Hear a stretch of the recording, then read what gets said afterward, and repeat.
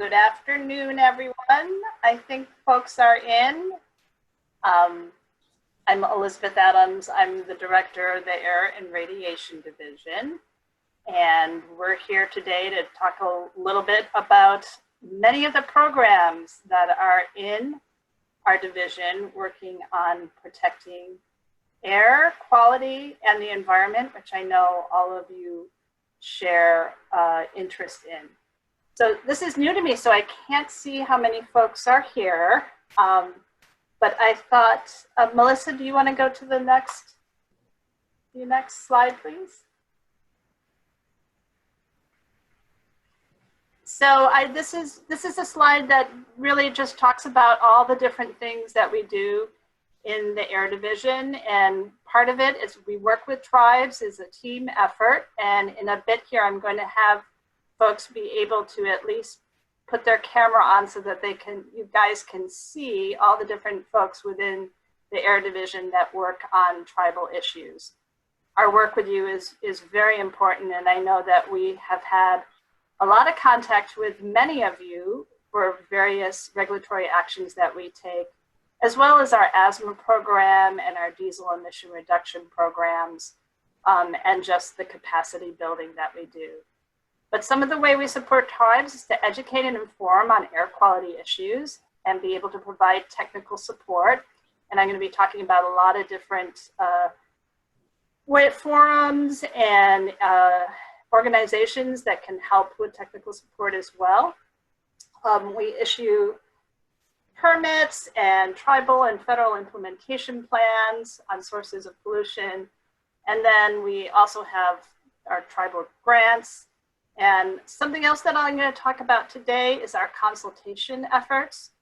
We've pulled together a new draft document that we'll be sharing with everybody to really improve our consultation practices within the Air and Radiation Division, often called ARD.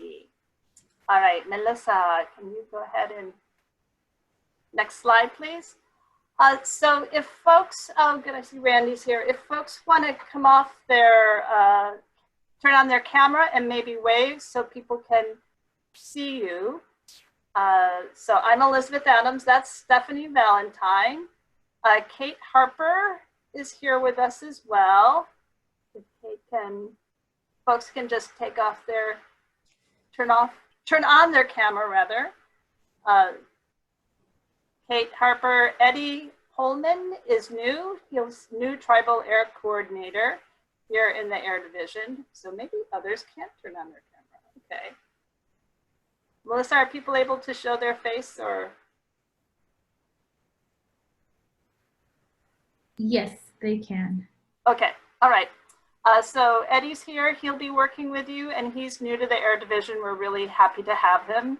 Roberto Gutierrez, many of you have seen him at our talks and other meetings. He's been working with tribes for a long time. Bernice Golson is a project officer. Norma Douglas, I believe she's here in attendance as well, and she is working on grants, and hopefully you'll get a chance to meet her. Anita Lee is our planning manager, and she helps with all the designations and state implementation plans we have.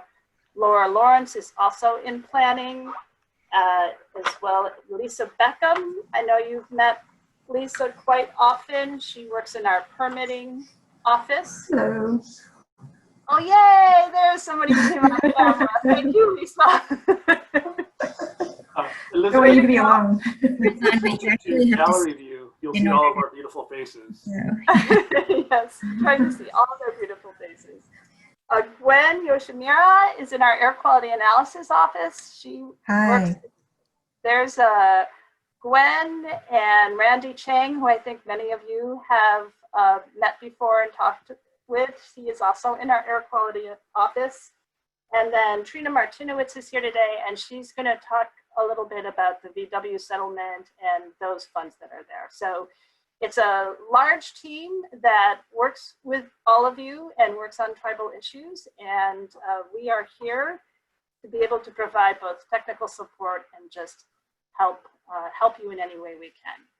All right, next slide, please. Thanks I all. think Roberto was trying to tell us how we could all see each other, but maybe, is that what you were trying to do, Roberto?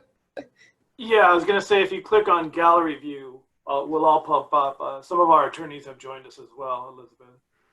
Okay. But I think that's good. All right, thanks. So here are the main subjects that I'm going to cover today, and this really represents a good deal of the work that we have. This photo was actually taken at the 2019 Summer Art Talk at the Potter Valley Tribe, so really beautiful picture there. Next slide, please. So air planning. So this is a lot of the work that we do. And really, it's all the work that focuses on whether an area is attaining or not attaining the national ambient air quality standards. So these are the national air standards that are set to help protect health. And we go through, every time there's a new standard, we go through a whole process determining whether an area is attaining the standard or whether the area is not attaining the standard. And then there are non-attainment area. And that's based really looking at air monitoring data. So what are the levels found in the air, as well as looking at what are the sources of pollution in the area. So you'll often, one of the ways that we consult with tribes is during that designations activity on when we're determining areas are either attaining or not attaining. Once an area is not attaining the standard, the planning piece comes in really the development of both rules and control measures to try to reduce emissions in the area and reduce levels of pollution. And all of that is put in with a lot of technical analysis and modeling into an attainment plan. And so states, there's several different types of attainment plans, which is basically how will the area go from not attaining a standard to attaining a standard.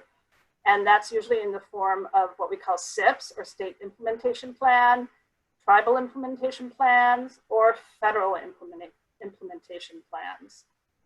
So state implementation plans only apply on state lands. They don't apply to tribes. We only have a couple of tribal implementation plans in the region, one with the Changa and then Gila River. And then FIPs are often where we do the EPA does the federal plan for an area that might be in tribal land, or where a state isn't able to do a plan or won't do a plan. Okay, next slide, please. So this just goes into a little bit more about the designations. We have a tribal designations policy that really guides how we work with tribes when we're determining whether an area attains the standard or not. I know that we have a lot of tribal interest during this process. And so one of the ways that we have kind of memorialized how we will consult with tribes during this process is in our new best practices guide, where we have several points within the process where we're going to be reaching out to you early in the process to go over the designations. Okay. Next slide, please. Another big area that we work with is in the air permitting. And I know many of you are aware of the permitting actions that we do. And there's really 3 different types of permits. There's the prevention of significant deterioration, the PSD, which is really for areas that are attaining the standard. So it's really just trying, in essence, what it says, to prevent further deterioration, to keep the area attaining. Then there are the non-attainment new source review and the tribal minor NSR. And under the tribal new source review program, this is relatively new program now, but it's for minor sources and any modifications of a facility or a source in Indian country, as well as major sources. And EPA regulates the major sources, those sources that have higher levels of pollution that are possibly emitted within tribal land. Next slide, please. So the tribal new source review, this is a rule that applies both to tribally and non-tribally owned sources. And, this past year, we actually did 11 actions under this tribal new source review program. So here we can often work with a permit applicant who is a non-tribal owner, but is on tribal land. And part of what we've been doing recently is to make sure that we're communicating with both the tribe and the permit applicant early in the process and throughout the entire process as the permit is developed. So last year we actually had 11 tribal new source review actions, which was really one of the most productive years we've had. So basically in Indian country, all minor sources need to obtain pre-construction permits before constructing a new minor source or modifying any existing source. And I think we've also, an alternative for several different types of sources are these general permits. And general permits are a streamlined process. It makes it a bit easier to permit your source. And there are general permits for 11 different categories of sources. So this ranges from auto shops to cement factories, hot asphalt mix facilities, gas stations, I know you're all very aware of. But this is really, it's an alternative that people can opt into for permitting that tends to be more streamlined.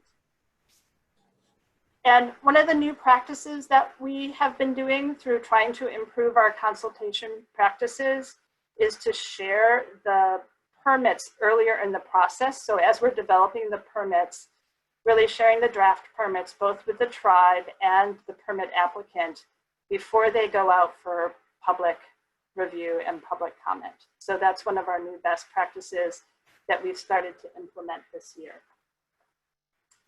Next slide, please. So air monitoring, this is really another program that is key and really just like the building block of much of the work we do. So much of our work depends on what is the air quality.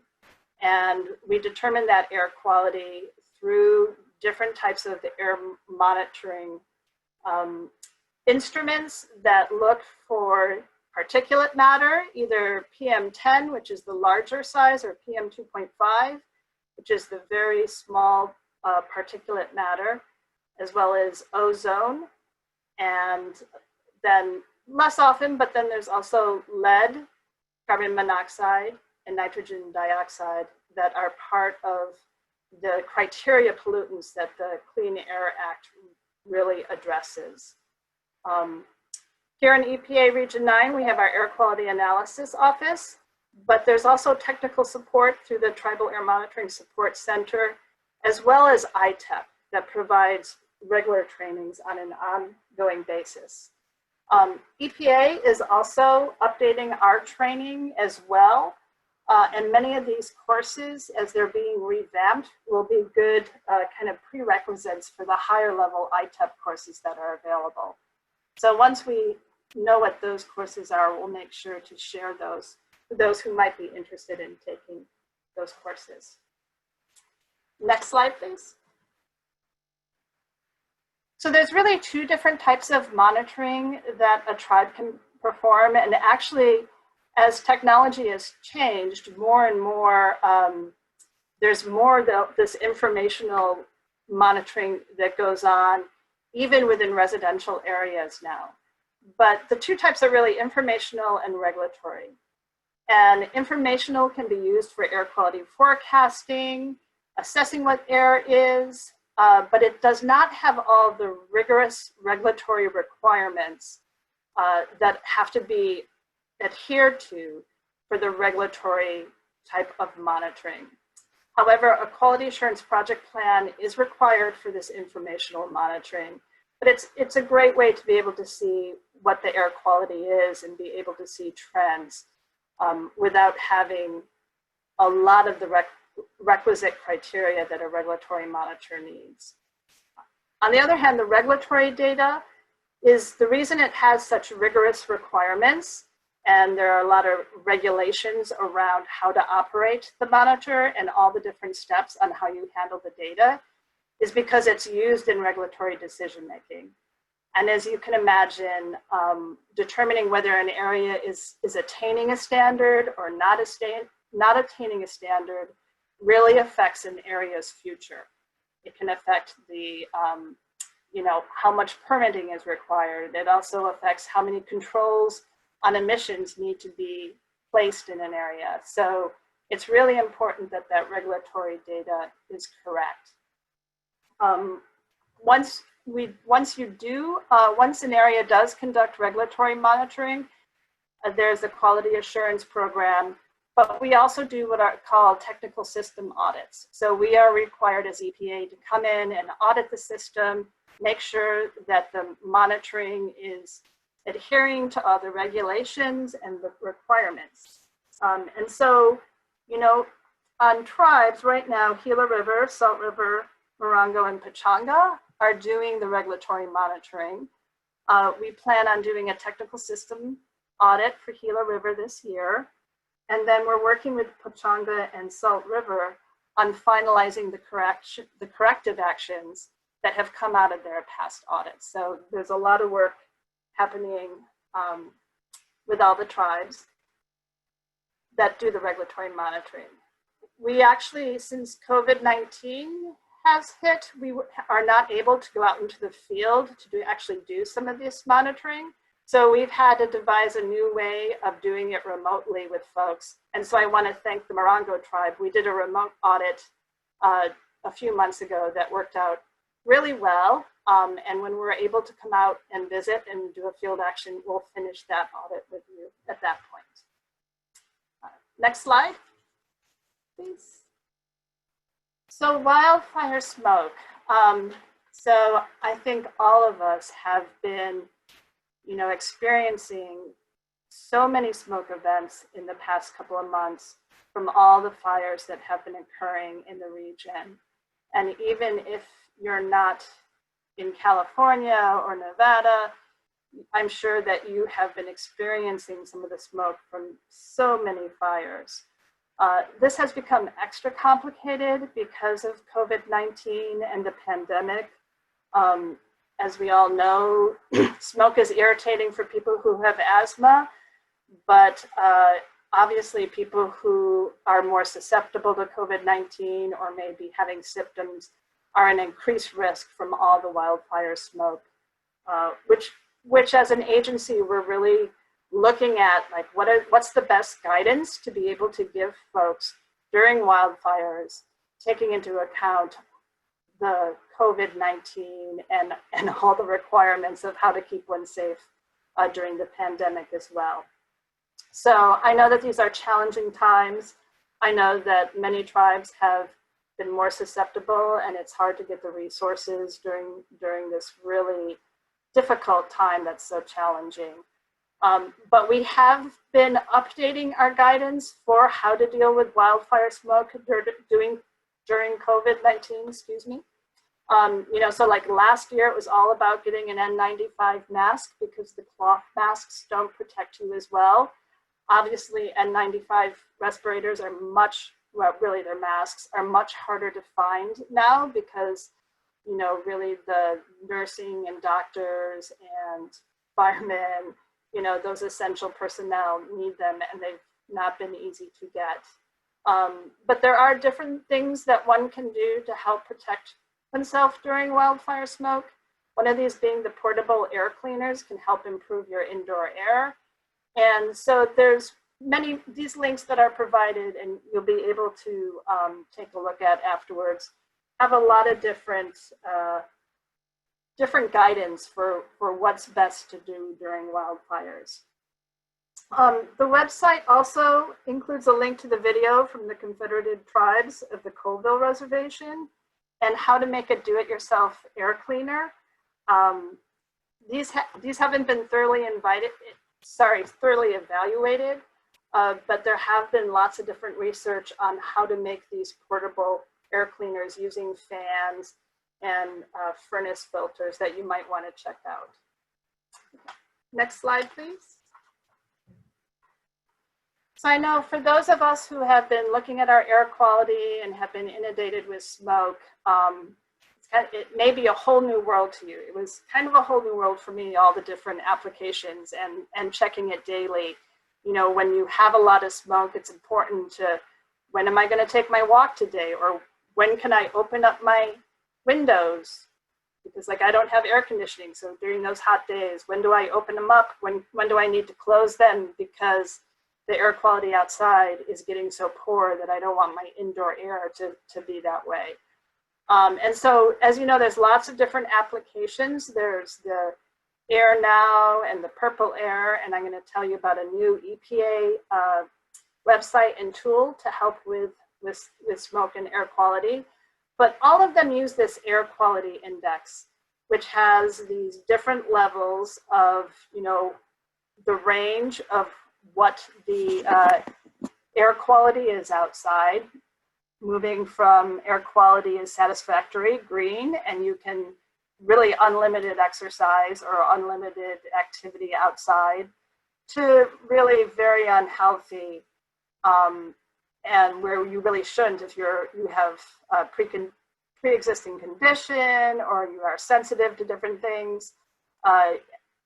There's a greater chance for health effects. So this air quality index helps people really guide what their outdoor activities should be, and it's been found to be very useful.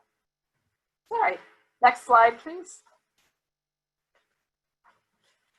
So this is an example of some of the applications and different ways that you can follow the air quality in your area.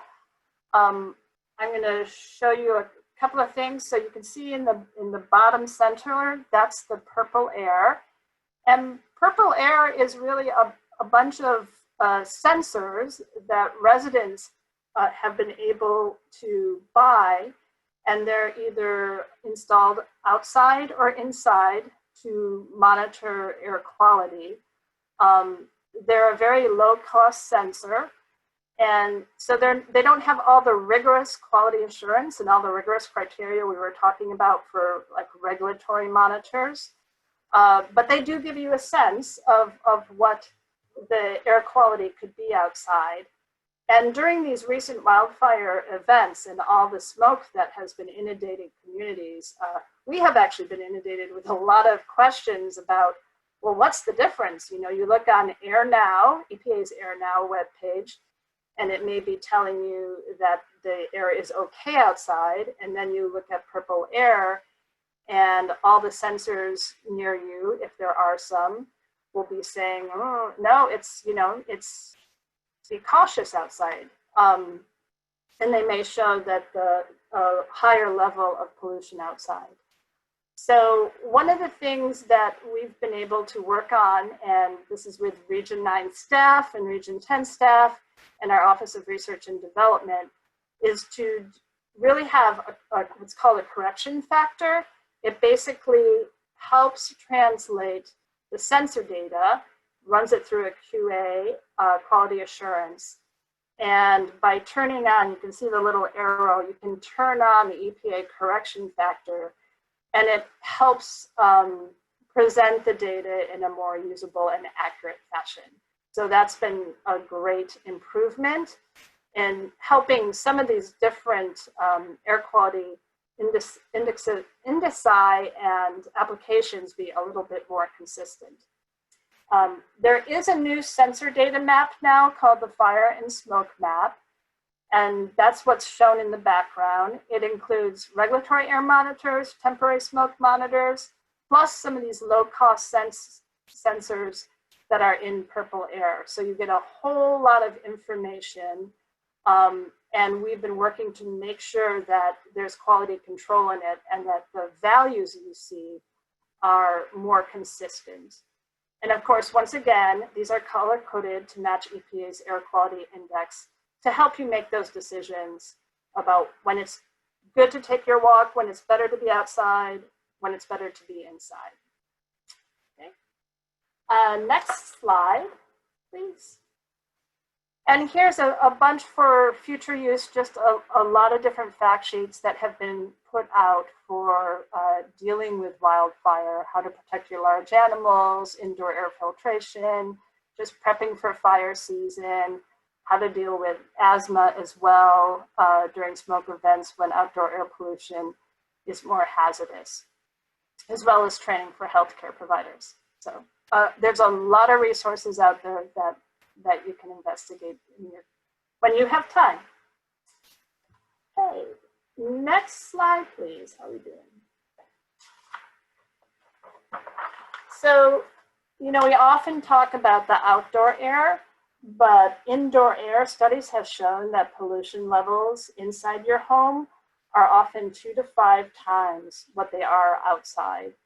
And so there's a whole group within the Air Division that really works on outreach and education about indoor air quality and what we can do. We've been focusing on COVID-19, so there are many now webinars and trainings that take into account COVID-19, indoor air quality, and here you can see there's an NTAA webinar on reopening of tribal buildings and how we can move forward on that. We also have a Region 9 webinar on smoke effects coming up on October 20th, which will also cover some of how you ensure your indoor air quality is as good as it can be, along with dealing and preparing for COVID-19. And then the EPA BurnWise Resources webpage. This is for those of us who have either wood or wood coal heating stoves, or fireplaces, and how to really be able to make choices on burning drier wood or how to operate your stove to reduce the amount of indoor air pollution and pollution that you're exposed to when using a wood stove for heat. And I think we've talked about this before, but we have our project on Navajo Nation in which we're replacing either wood or coal stoves with a new EPA certified stove, as well as doing insulation projects to really help improve the indoor air quality for folks on the Navajo Nation. This is another way with the GAP funding to really, we're happy to work with you to help develop programs on indoor air and healthy homes, integrating this into your work plan. And you can see the contact here is Ala Lee. She's great to work with and will help you pull together programs, provide outreach materials. So we're happy to help tribes with this. Next slide, please. So speaking of grants and building capacity, we do award 30 tribal air grants annually for about $3 million. The funds that we get, though they're about a quarter of the whole agency's funds, come to our region to be able to distribute to tribes. It still relatively stays about the same year to year. And we always have more applications and desire for the resources, unfortunately, than we have to provide. But just as a reminder that the funding announcement will be coming out at the end of November, and then proposals are due in February. So that's coming up. And, you know, as always, the grants can build the capacity both on monitoring, emissions inventory, indoor air assessments, as we were talking about, in education. So we're always really happy to talk about what might be helpful and what kind of programs you would like to further develop or start. And we have been seeing an increase in the interest for applying for treatment in the same manner as a state for portions of the Clean Air Act. I know right now we have 2 TAS applications for La Posta and Morongo. We also finished one this past year for the Navajo Nation for Title V, for the Title V program on the former Bennett Freeze area. So congratulations to Navajo Nation for that. Next slide, please. So, you know, I realize we've been talking a lot about COVID-19 throughout this whole presentation, but it really has impacted us all in a variety of ways that we couldn't have anticipated when the year started. And we know that a lot of tribes have been impacted tremendously by COVID, and, you know, our hearts go out. Everybody, it's such a challenging time for everybody. Not all communities have been impacted equally. Here at EPA, we quickly had to move to working all completely remotely. And, you know, it took a while for technology to catch up, but luckily we were able to do that. And just right now, I feel like I'm just talking to a screen instead of being in a room with all of you, which is a little weird, but at least we're able to do this and continue to have these really important discussions and share information. So I'm happy about that.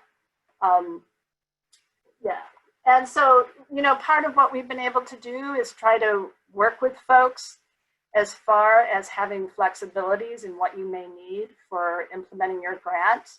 I know that some tribal offices have been open, others have not. There have been, as we were talking about, technology challenges as well. So we're trying to find as many flexibilities as we can for reevaluating the work plan, commitments, activities, and budgets. And we can work with you. So please reach out to your project officer if you need these flexibilities to discuss what you might need. And of course, here again, there are two resources. The Office of Grants and Debarment has provided like a frequently asked questions regarding flexibilities that might be available. And there's also a COVID-19 webpage that you can check out. Next slide, please. All right, so you're gonna get a break from hearing from me here pretty soon. And I'll be able to take a sip of water too. But wanted to talk to you about the Diesel Emission Reduction Act grants. So we really encourage folks to look at the possibility of applying for these, what we call DERA grants. They're a great way to get older diesel engines replaced with newer diesel models. So Blue Lake Rancheria was able to do this, as well as the Morongo Band was replaced 2 diesel school buses. So the other thing is that right now the school bus rebate is open. This is where you can scrap old diesel school buses and receive either $15,000 to $20,000 to purchase new school buses. And as we all know, school buses can be some of the dirtiest diesel engines, and children are exposed to the emission. So this is a really great program. It's open right now and accepting applications until Friday, October 30th at 1 p.m., which is a little weird. So I would say Friday, October 29th. Next slide, please. And so I've asked Trina to go over the Volkswagen settlement here and some of what might be important and interesting information for you. So Trina, do you want to take this? Great. Yeah, thank you, Elizabeth. And also wanted to wish everyone a happy Indigenous Peoples Week or weekend. And really my heart goes out to everyone also with the fires, as Elizabeth mentioned, and COVID impacts, which are just so unfortunate in Indian country. I am here just very briefly to mention the Volkswagen Settlement funding. Hopefully everyone is aware of the funding program, but if not, you definitely should be aware if you have any larger diesel vehicles, equipment, or engines. Essentially, Volkswagen sold around 600,000 diesel vehicles that were illegally emitting high amounts of NOx emissions. and therefore the US Department of Justice settled, and there is over $55 million available just for tribes for cleaner vehicles, all that have to have diesel fuels. So the funding is available now. There are 4 rounds of funding, potentially 5, and we're just in the middle of the 3rd round. So the 4th round of funding, likely the last round, will begin in early March. So tribes will have until March of next year before the deadline to apply as a program beneficiary. Ultimately, the funding is for tribes to reduce diesel emissions from medium and heavy duty on-road vehicles such as larger trucks, school buses, transit buses, shuttle buses, delivery trash trucks, agricultural equipment, construction equipment, different types of boats, ships, and marine vessels, and also stationary diesel generators, amongst many other types of equipment. And tribes could also use up to 15% of the funding that you receive for installing electric vehicle charging stations, which is super, super exciting. So here's the stitch. You must have an existing and currently operating diesel vehicle that is larger than a light duty car or truck. And so the equipment and vehicles that I just mentioned are all have to be medium or heavy duty engines. And those existing engines that your tribe owns and operates, or if those vehicles are driving on your tribal lands, if somebody else owns those vehicles, you could also receive funding. You do have to scrap your existing higher polluting, dirtier diesel engine, equipment, or vehicle, and then Volkswagen will give you money to replace it with a brand new comparable vehicle, equipment, or engine. If the tribe owns that engine or that vehicle, you got 100% of the funding. So if you want to buy, say, a new delivery truck that's around $100,000, you'll automatically get that $100,000 once you purchase that new truck and scrap your older existing engine. So I really call it free money. It's pretty exciting. It's unfortunate that Volkswagen got caught with what they were doing, but there is a lot of money for tribes. This likely final round of funding is due to become a beneficiary in March. So definitely encourage, if you're interested, to go to the ITEP website, the Institute for Tribal Environmental Professionals. They are providing free technical assistance to tribes. They also have monthly webinars. Mark Daniels is a contact and is really, really knowledgeable. And Mark and I are going to be giving a presentation at this conference next Tuesday, October 20th at 10 a.m. So definitely encourage you to learn more, both around this Volkswagen Settlement funding as well as the DERA grant program that Elizabeth just mentioned. And if you could see in the chat box, there is more information on these programs. So thank you so much, Mark, our newest employee, for providing that information. I think you should just be able to copy the links. I think you just have to copy them because I don't think they're hot links for more information. I'll turn it back over to Elizabeth. Thank you, Trina. Next slide, please. So this is about our tribal consultation best practices. So one of the things we've talked about over the past year or so is how the Air and Radiation Division can improve our consultation practices. I think this originated during one of the art talks, maybe about a year and a half ago. And, I took this very seriously. This was important to me to really take a closer look at what our practices were and how we could improve them. And so we had 4 listening sessions in which really we had just to solicit people's feedback, their ideas, and their concerns. And I think many of you here may have been at some of our quarterly art talk meetings where then we would give an update on how we were moving forward with pulling together these best practices, and then also solicit additional suggestions and just sharing of information and concerns. So what we've done over the past year is we worked internally with our Office of Regional Counsel, our legal support, as well as headquarters. And we also interfaced with other regions to kind of hear about what kind of consultation practice they did as well. And we pulled this all together to really try and address some of the main themes that we heard during the listening sessions. And so on the slide here are the 5 key areas that for improvement that we had heard.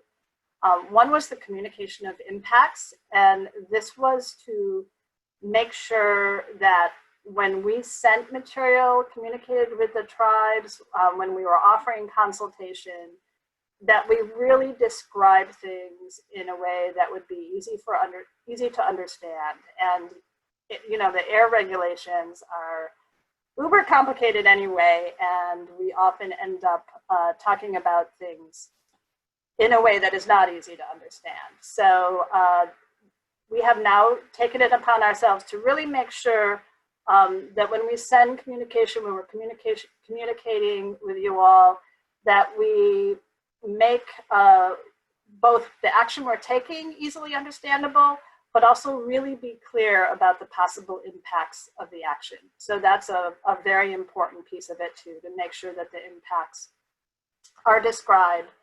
And as we go through each of these, I'll talk a little bit about what's in our draft plan. So for this, we've really instituted a new level of review for managers to review communication that's going out to make sure that it really does meet those 2 things, that it's easily understood and that we're communicating all the possible impacts of the action.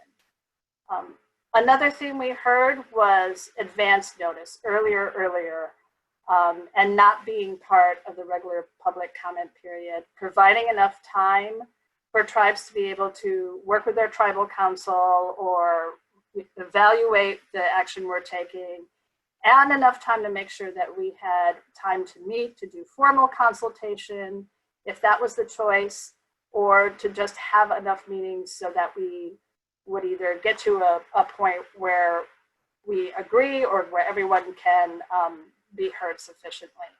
So to that effect, what you'll see in this document, draft document, which we've now prepared and it will be shared with everybody for you to review and comment on, is breaking down some of the regulatory actions we do and the notice, the advance notice that we're going to provide tribes and the offers of consultation.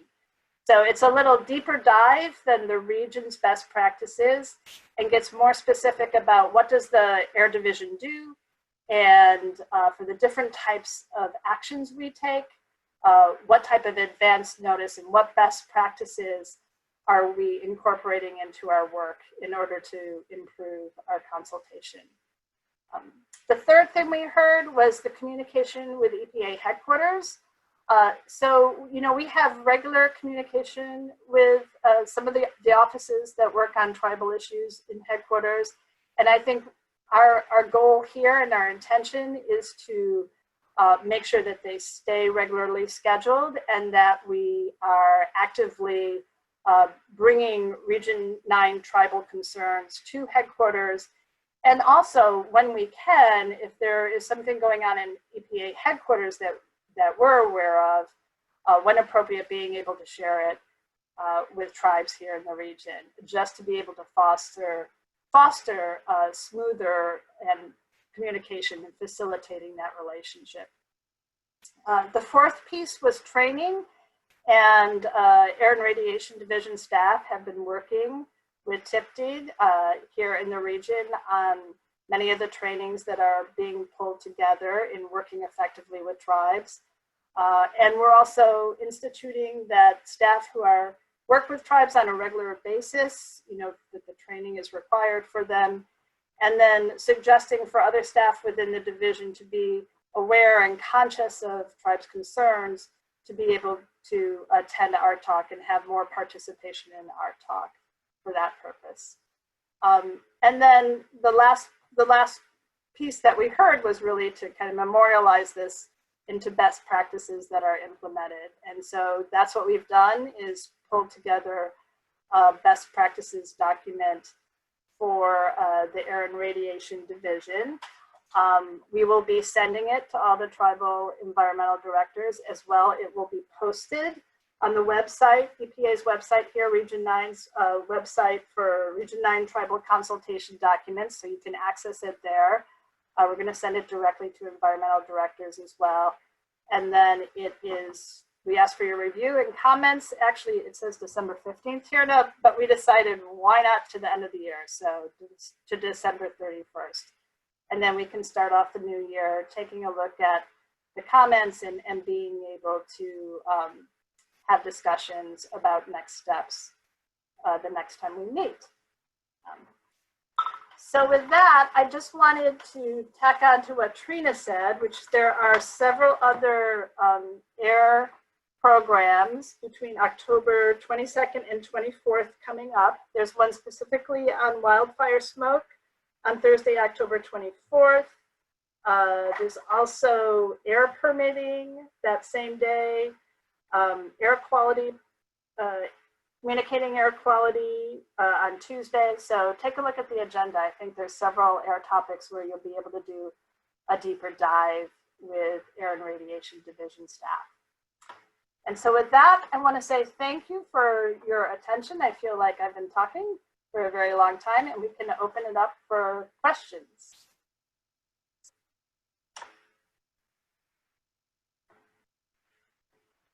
And maybe I'll be technically savvy and look at the chat. But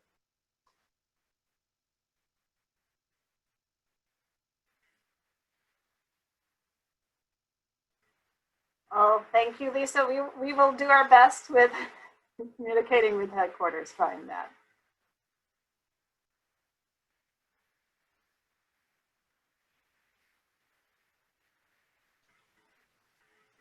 Most, is there a way to open up, or can folks ask questions, or is this?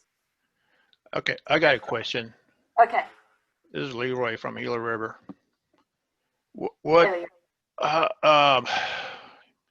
Between your office and quality system, what does that look like in terms of organization or communication?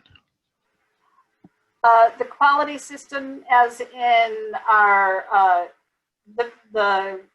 like our laboratory services and quality assurance plans, or our own air quality analysis office? The staff that approve QAPs. Okay, so that is in a different division, but I think we work with them on our technical system audits. And Gwen, was there a specific question you had about it, or potentially Gwen can fill that out as well? No, I just wonder how you communicate, like, agencies that submit their QAPs, and we are on a work plan on the grant side of it, and then there's their side of it in terms of how their workload is. So I'm just curious. Yeah, it's a great question. So they are in a different division than us. They're in the Laboratory and Applied Sciences division. So the quality assurance branch takes the lead on reviewing quality assurance documents like QAPs and QMPs.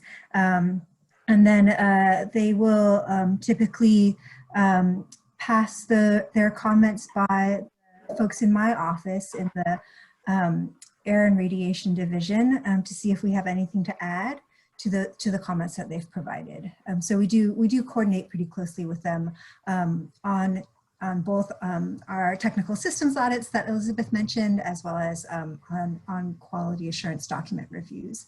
And I think that Audrey Johnson, who actually is the branch chief for that office, she's on the line also. So Audrey, if you want to add anything to that. Yeah, Audrey's on.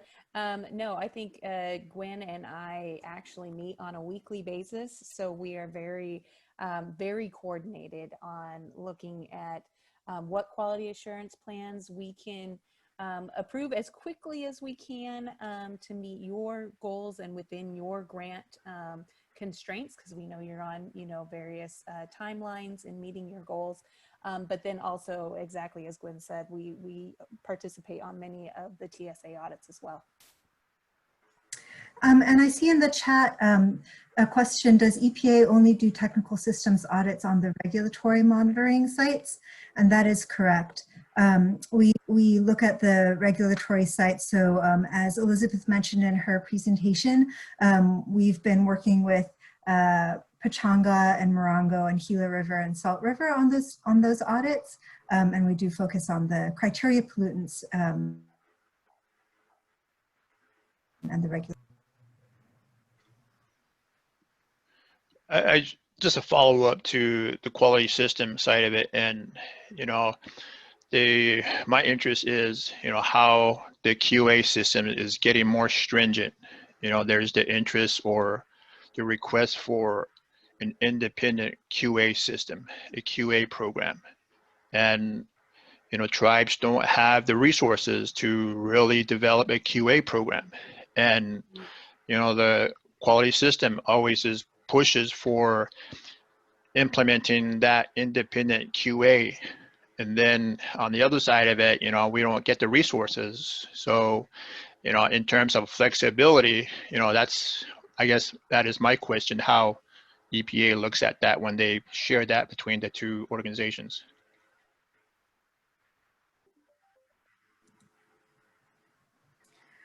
Yeah, I think that's when the use, and I'm not sure whether you're talking about water or air or you know, a QAP for something else, but I think it does end up being, you know, what is the data going to be used for?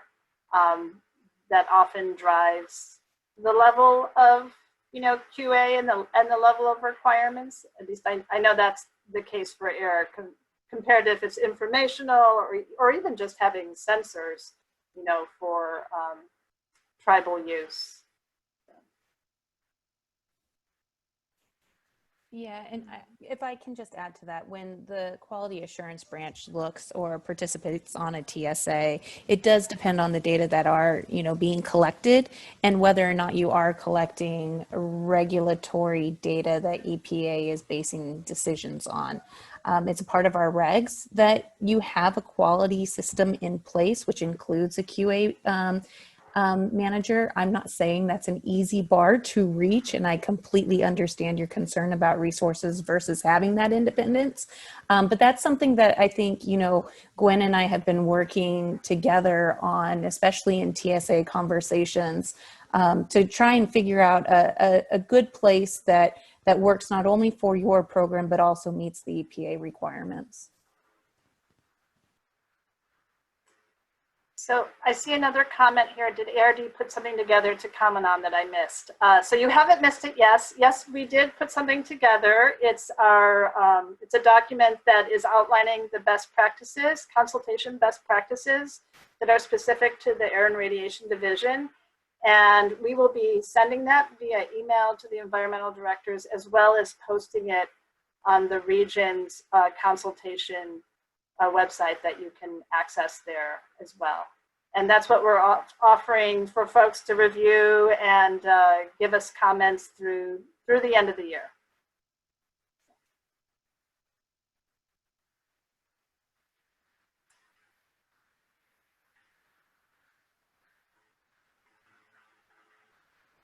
Well, I want to thank you all. I know that we are here in the last 2 minutes and want to, you know, be respectful of everybody's time, but I just thank everybody for coming. I know it was a long presentation, but we had lots to share this time, and we really appreciate you being with us to hear about these. And the presentation will be available. There's a lot of great links in there to different information that may be helpful that you can just explore on your own time. But if you have questions or you can't find it, or you have a specific issue that you would like us to help you answer, please, there's that contact list, and please contact any of us. We are here to help and such. Thank you, everybody. Thank you. Bye. Thanks so much.